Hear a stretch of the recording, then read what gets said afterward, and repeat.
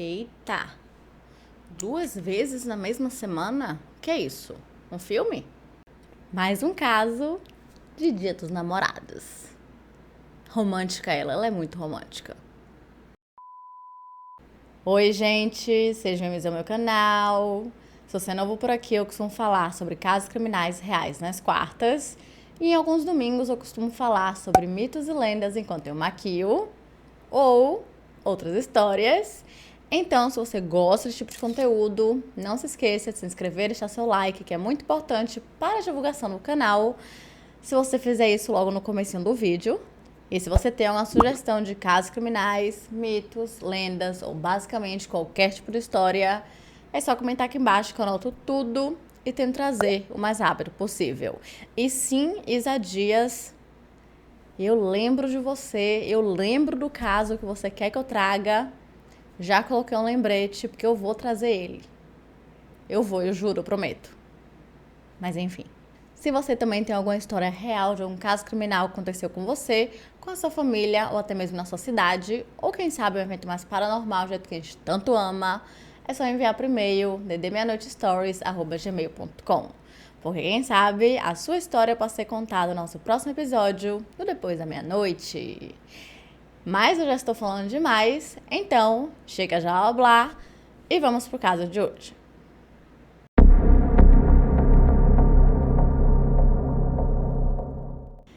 Ele novamente, o Dia dos Namorados. A extravagância cheia de amor que aquece até os corações mais frios. Imagine isso, o mundo banhado em tons de rosa e vermelho com uma pitada de glitter e uma avalanche de confetes em forma de coração.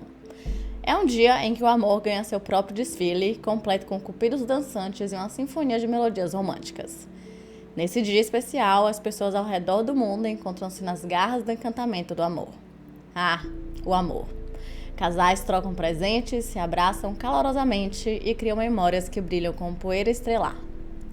Solteiros celebram sua independência, reunindo-se com amigos para escapadas divertidas ou entregando-se a atos do amor próprio que fazem seus corações cantarem. Onde antes o riso e os doces sussurros enchiam o ar, agora um silêncio assombroso. As risadas se transformaram em gritos e os sussurros em pedidos desesperados de misericórdia. O som de um coração partido ressoa, mas dessa vez não é de um amor perdido, mas de uma vida perdida. E é com isso que começamos o caso de hoje.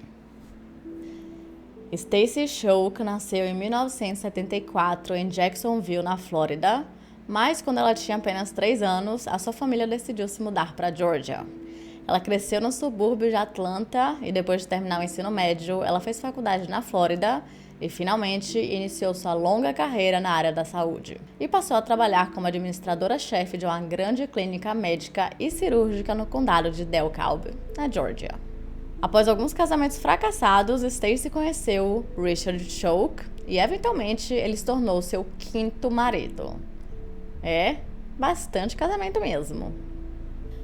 Richard Kevin Choke nasceu no dia 25 de junho de 1963, no distrito de Glen Ridge, em Nova Jersey, que por sinal é belíssimo, sério, mas enfim.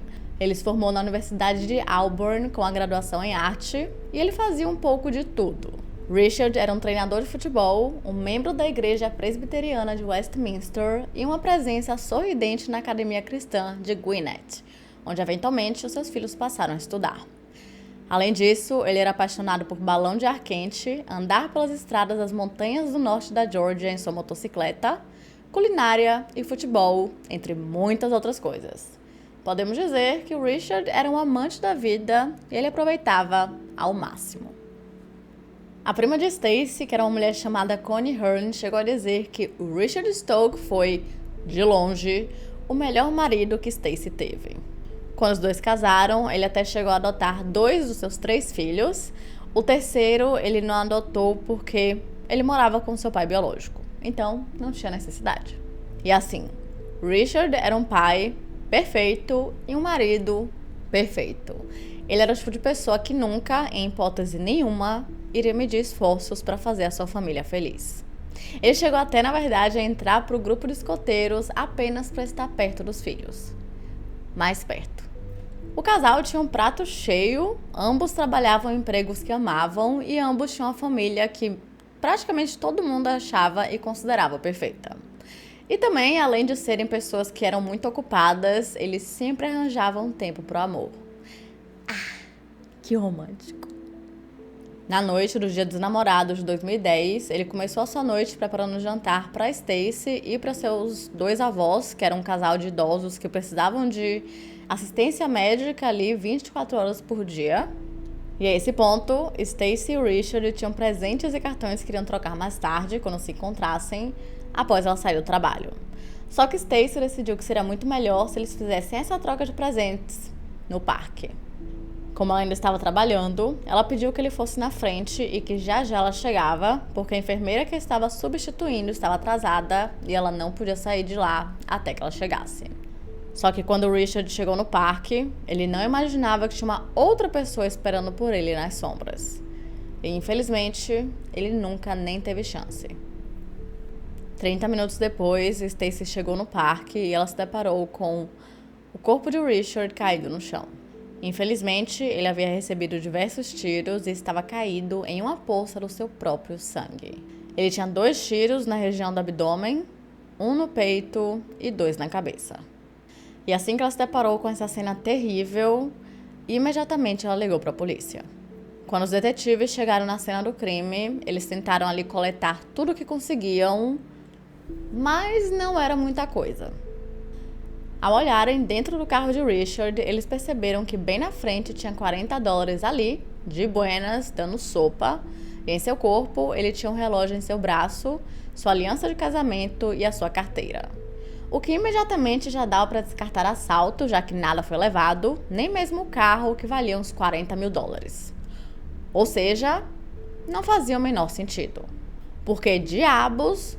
alguém iria querer matar um homem que era considerado maravilhoso por todo mundo, assim, do nada, sem nenhum motivo. Fica aí o questionamento. Mas calma que já vocês vão entender tudo direitinho. E realmente complicado. Pelo fato de o solo estar úmido, uma coisa bem interessante foi encontrada. Ou melhor, 3. Foram encontrados 3 conjuntos de marca de pneus. Obviamente, um pertencia ao carro de Richard, outro pertencia ao carro de Stacy, mas a quem pertencia o terceiro conjunto? Provavelmente do assassino.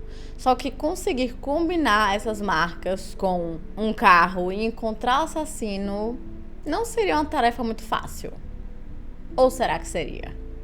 Antes mesmo que os policiais conseguissem ali pensar direito em fazer uma correspondência, uma frenética Stacy Choke apareceu e ela fez assim uma revelação chocante.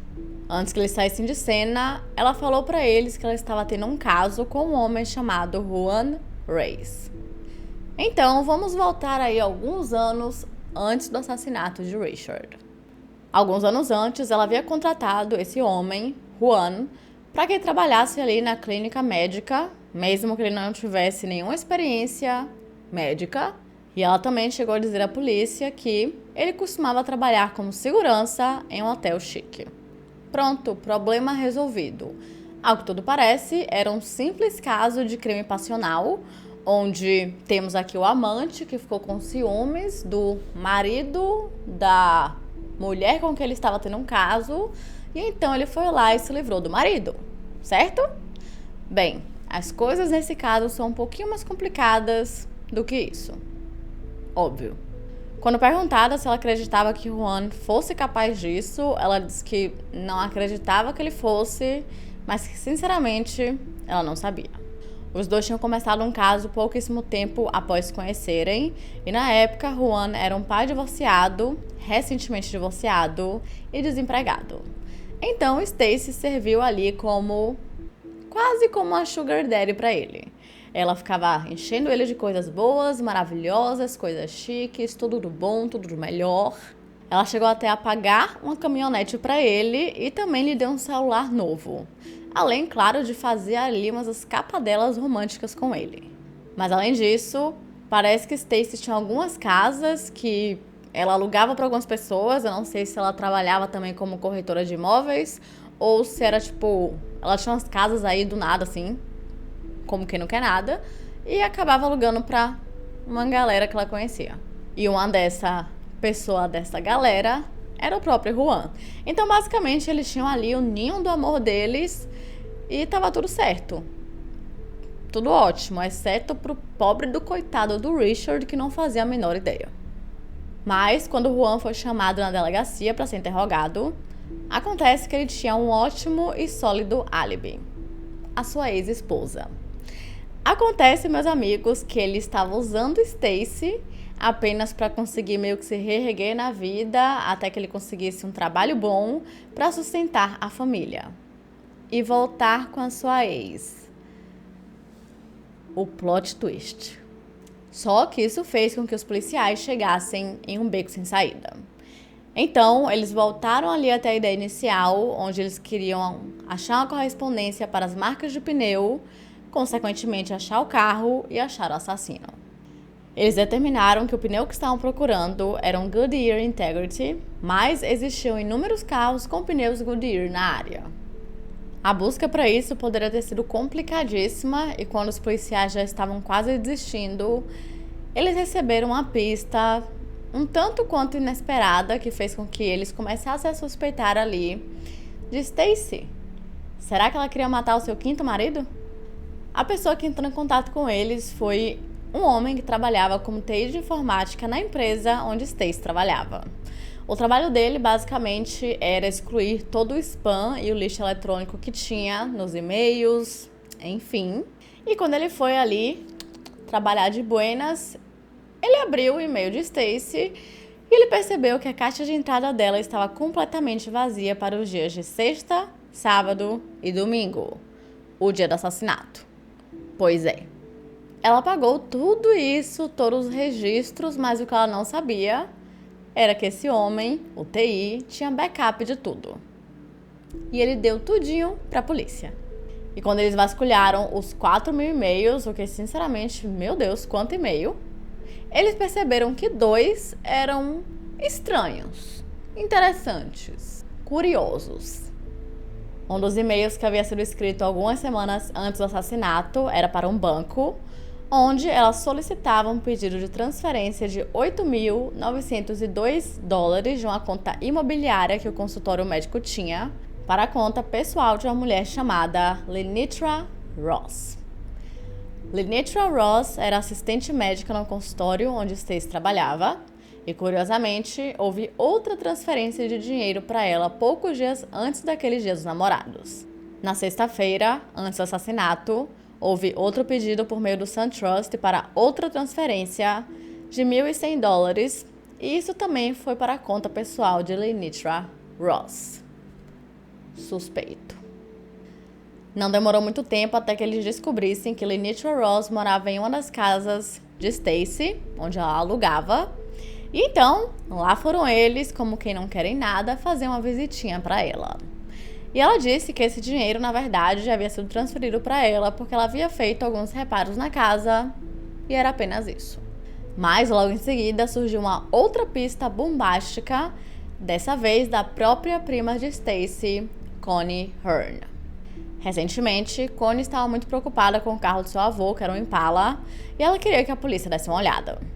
Acontece que esse carro havia sido dado para Stacy e então ela deveria vender o carro e o dinheiro deveria ser usado para as despesas médicas dos seus avós. Lembra que eu falei mais cedo que eles tinham que ter ali um acompanhamento médico 24 horas por dia? Então, mas curiosamente o carro simplesmente desapareceu da garagem de Stacy. Puf! E então, adivinha? Como quem não quer nada, ele reapareceu de novo, como se nada tivesse acontecido.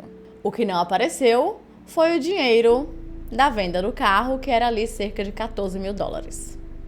E ainda mais suspeito que isso é o fato de que o carro foi encontrado na garagem de Lenitra Ross com pneus Goodyear Integrity.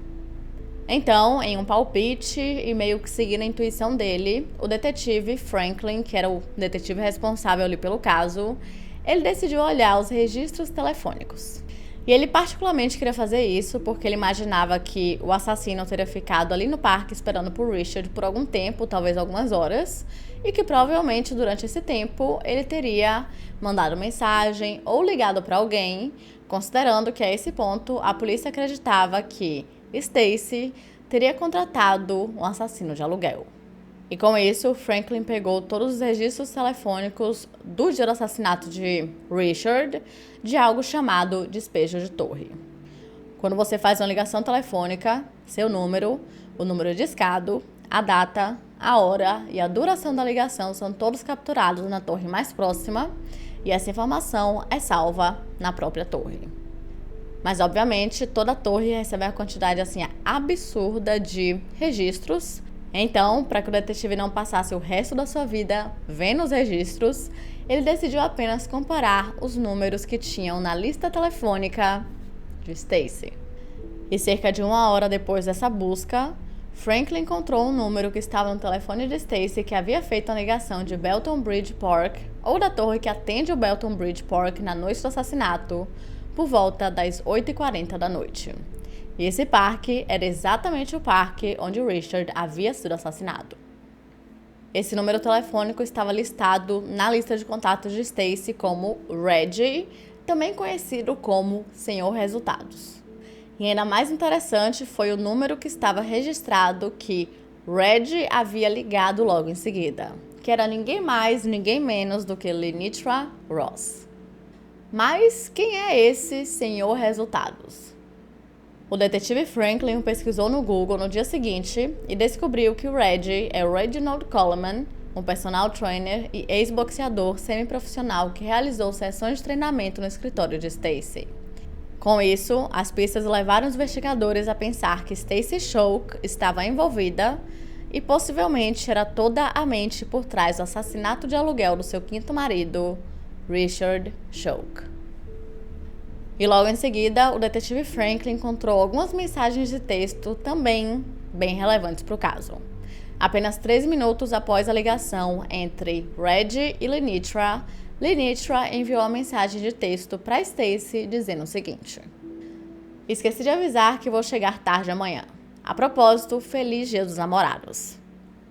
E foi descoberto que esse tal Feliz Dia dos Namorados era o sinal que elas haviam criado para que elas entendessem que o Richard já estava morto.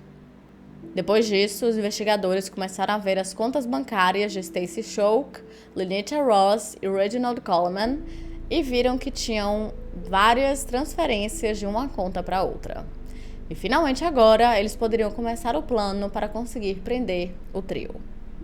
Então, eles criaram uma operação chamada Operação Tangle Web, que foi um enorme esforço de equipe com muito planejamento. Só para vocês terem noção, eles realizaram 7 mandados de busca em 4 condados diferentes e 3 mandados de prisão, tudo em um único dia. Juro, é tão gostosinho quando a gente vê um caso assim, onde claramente tem um trabalho brilhante da polícia por trás. É muito bom. O maior desafio que eles tinham agora era conseguir prender os 3 praticamente na mesma hora para evitar que um contasse para o outro o que estava acontecendo e eventualmente um deles conseguisse fugir e escapar, mas felizmente isso não aconteceu. O primeiro deles foi o Reggie. Logo em seguida, Lenitra Ross foi presa em uma parada de trânsito e por último, mas não menos importante, Stacy foi presa no seu próprio trabalho, que por sinal havia sido o local onde ela havia planejado boa parte do plano. Finalmente, 3 meses após o sangrento assassinato de Richard Choke no Dia dos Namorados, Stacy, Lenitra e Reggie foram interrogados. Então, agora vamos falar sobre como o plano foi criado. Para assassinar seu marido, Stacy contou com a ajuda de sua colega de trabalho, Lenitra Ross. Ela confidenciou a ela sobre seu desejo de matar o marido e afirmou que o Richard estava molestando um de seus filhos. Então, por conta disso, ela o queria morto. E com raiva, Lenitra lhe disse que poderia ajudá-la a entrar em contato com o assassino. O assassino em questão era o Reginald Coleman, ou o Senhor Resultados. E chocantemente, ele nem pensou 2 vezes antes de entrar no plano. Com o pagamento, Stacy pagou a Lenitra cerca de $10 mil para planejar o assassinato com Reginald, e a maior parte do dinheiro foi para o Reginald, já que ele cometeria o crime em si. Enquanto o pagamento de Lenitra pelo assassinato era viver sem pagar aluguel em uma das casas de Stacy. Então, na noite do dia 14 de fevereiro de 2010, Richard foi ao parque para trocar presentes com a esposa quando já estava de noite e o parque estava isolado e escuro. Ainda assim, ele esperou pacientemente por Stacy na expectativa de algum momento romântico juntos. E sem que ele soubesse, Reginald também estava esperando no parque e chegou antes de Richard. Então, em algum momento, enquanto ele esperava a esposa, ele foi assassinado. E após o assassinato, Reginald informou a Lenitra que o plano já havia acontecido, que estava tudo certo, e ela fez o trabalho de informar a Stacy. E o plano de Stacy era chegar no local, fingir que, meu Deus, o marido dela estava morto, ela estava super preocupada, e quando a polícia chegasse, ela faria esse papel de mulher desesperada e querendo justiça, achando que o seu amante era o culpado. E foi exatamente isso que ela fez. Quando interrogada, ela chegou a dizer que tinha feito tudo aquilo porque ela sabia que o Richard abusava de seus filhos, só que o seu próprio filho foi no julgamento e falou que Richard nunca encostou um dedo nele. Na verdade, ela decidiu matar o marido porque ele tinha um seguro de vida de $560 mil. Então, como ela queria o dinheiro e queria viver sua vida com seu amante, ela decidiu fazer isso, porque na cabeça dela, essa era a única forma de resolver as coisas. E no fim, o amante nem queria ficar com ela, ele estava voltando para ex. Richard era um homem bom, um líder escoteiro, uma pessoa compassiva e muito voltada para a comunidade. Ele era uma pessoa ocupada e querida. Ele definitivamente não merecia tudo isso e Stacy não merecia um homem como ele. Stacy Choke era controladora, conivente e manipuladora. Ela usava as pessoas na medida que precisava delas e, além disso, elas simplesmente não importavam para ela. No fim, o trio acreditava que eles haviam cometido o crime perfeito e acreditavam que poderiam ser mais inteligentes do que os policiais da cidade pequena. O que eles definitivamente não eram. Com tantas evidências contra eles, Stacy e Regis se declararam culpados e foram condenados por homicídio doloso. Lenitra foi a julgamento, mas também foi condenada pela mesma acusação, e os três passarão o resto de suas vidas atrás das grades. E desde a sua condenação, Stacy se manteve um tanto quanto ocupada. De acordo com a sua família, ela encontrou Deus e agora está estudando para se tornar uma ministra ordenada. E hoje em dia, os seus 3 filhos já acabaram o ensino médio e já estão fazendo faculdade, se é que alguns já não terminaram e já estão aí vivendo suas vidas da melhor forma possível. E é isso, gente. Esse foi o caso de hoje. Não se esqueçam de se inscreverem e deixarem o seu like, que é muito importante para a divulgação do canal. E caso você tenha alguma sugestão de casos criminais, mitos, lendas ou basicamente qualquer tipo de história, é só comentar aqui embaixo que eu anoto tudo e tento trazer o mais rápido possível. E caso você também tenha alguma história real de algum caso criminal que aconteceu com você, com a sua família ou até mesmo na sua cidade, ou quem sabe um evento mais paranormal do jeito que a gente tanto ama, é só enviar por e-mail ddmeia-stories@gmail.com. Porque quem sabe a sua história pode ser contada no nosso próximo episódio depois da meia-noite. Então é isso, até semana que vem!